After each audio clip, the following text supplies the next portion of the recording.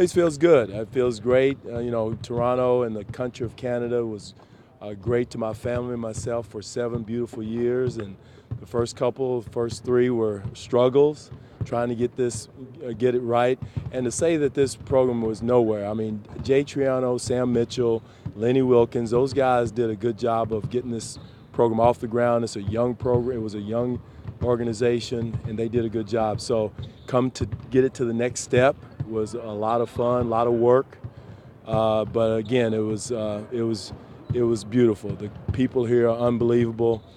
My family and I embrace the Canadian way, which is beautiful. So had a great fan base. Watching Jurassic Park grow, talking to you guys every day was fun. Do you feel a little weird walking into this building? I didn't know where to go. I had no clue. Had forgotten because I've been here as an assistant coach and head coach in Minnesota, but different route. So it was a little bit different from that standpoint. But I found my way in. Any particular memory that stands out?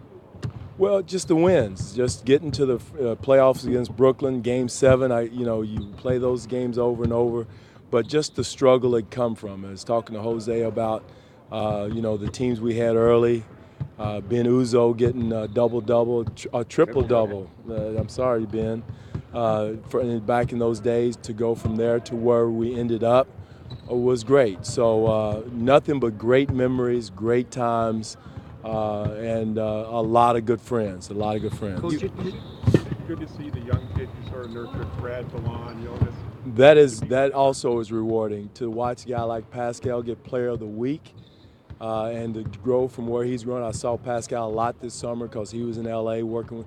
Our guys were in L.A. working out, so got to watch him work. So I knew a lot of great things were going to happen for him. To watch Fred, Delon, Norm, all those young kids grow, and it was just great. It's great to see. Now tonight, I hope in bad luck, and 3 nights this year. But it's really rewarding to see those guys, and it has been all my career. Guys like Rashard Lewis and Gary Payton, Sean Kemp, to grow and become players and do well for their family, make a great living for their families. Are you an emotional guy? You took a bit of the Canadian way with you. What does that mean? Tim Hortons. My son loves 10 bits, and thank God they have 10 bits and Tim Hortons in Detroit, because he wouldn't be able to survive if they didn't. So. And what other sort of philosophy, Canadian way? Well, just again, treating people right, being right by people, being nice to people, being honest with people. All those things are positive Canadian norms and values that I hope my kids picked up, and I hope it rubbed off on me too. Are you aware of the warmth that is still in this city for you? It is, and it's good. But again, I understand I'm with the enemy now. I'm with the opposing team, but I thank God every day that I was able to come here and be able to give something to basketball, as Vince Carter did, as a lot of great players before me came in here and did, to coaches. I tried to help a lot of coaches across the country, in the city, brought them in, made them a part of our program, the Canadian coaches, because I think that's something I said when I first got here, to build basketball here in the country, it starts with the little coaches, and spend a lot of time with the biddy coaches and the clinics and stuff we put on, trying to develop and keep and it's big. Basketball in Canada is at an all-time high. Some of the top players in this country, in this city, are being highly recruited, and hopefully had something to do with that and leave that little mark, whatever it is, behind. Are you the kind of guy that'll get emotional tonight? No, I'm not going to get emotional. I'll appreciate it. I'll really absorb whatever comes my way, the boos or the cheers, but not to the point where I'm going to cry or anything like that. I wouldn't live it down. Blake wouldn't let me live it down. Well, I'm going to try not to, I don't say that. But, goosebumps. It'll be, again, you wouldn't be human if I sit here and said it wouldn't be touching, because I left a lot of blood, sweat, and tears here. I left here with my head high and did what I was asked to do, to take this program to go somewhere. I know revisionist history, everyone wants to take credit for the wins, and when the losses is an orphan. So, I take all the losses. But, I know what we started with, how it was built, what was built, and how we got there, and I take total pride in that, and, for forever.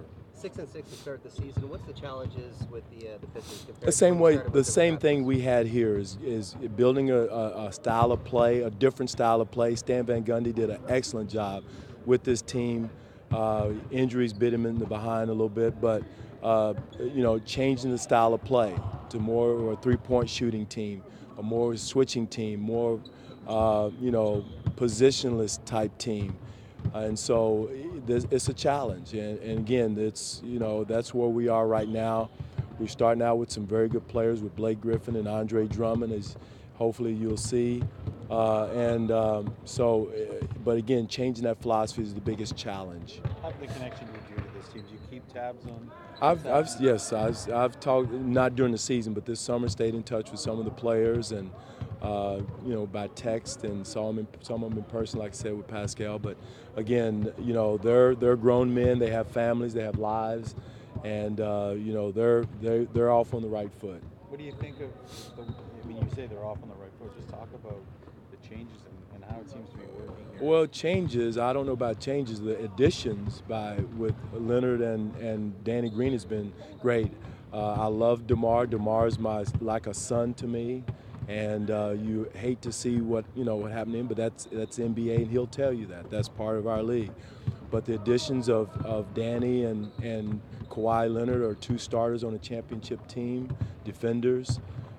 So those are the additions more so than changes, because I see a lot of the same plays that we ran for the last 4 or 5 years being run, and so not a lot of changes from that standpoint. So do you think that it gives you a little bit of an advantage in this game? No, because again, I wish I could get out there and play whoever their coaching staff, even at 60-some years old. I think I'll take our staff, but it's not a staff, it's the players. And again, we're going to come in and compete, fight. We understand what they're going to do, trying to do. We're doing a lot of the similar things, a lot of the similar calls. So there's nothing new from that standpoint, but executing it, getting it done, the continuity, I think that's something that we're trying to build with us here in Detroit. Coach, it's going to be cheers for you tonight, not booze, right? Well, again, I'm prepared for whatever comes. I've been in this league long enough, a long time. Went back to Minnesota, after getting fired there. So, I understand that. I'm a big boy, and I just want to leave something. I feel good knowing that I left something here in Canada that was positive and good, and it wasn't all negative or bad.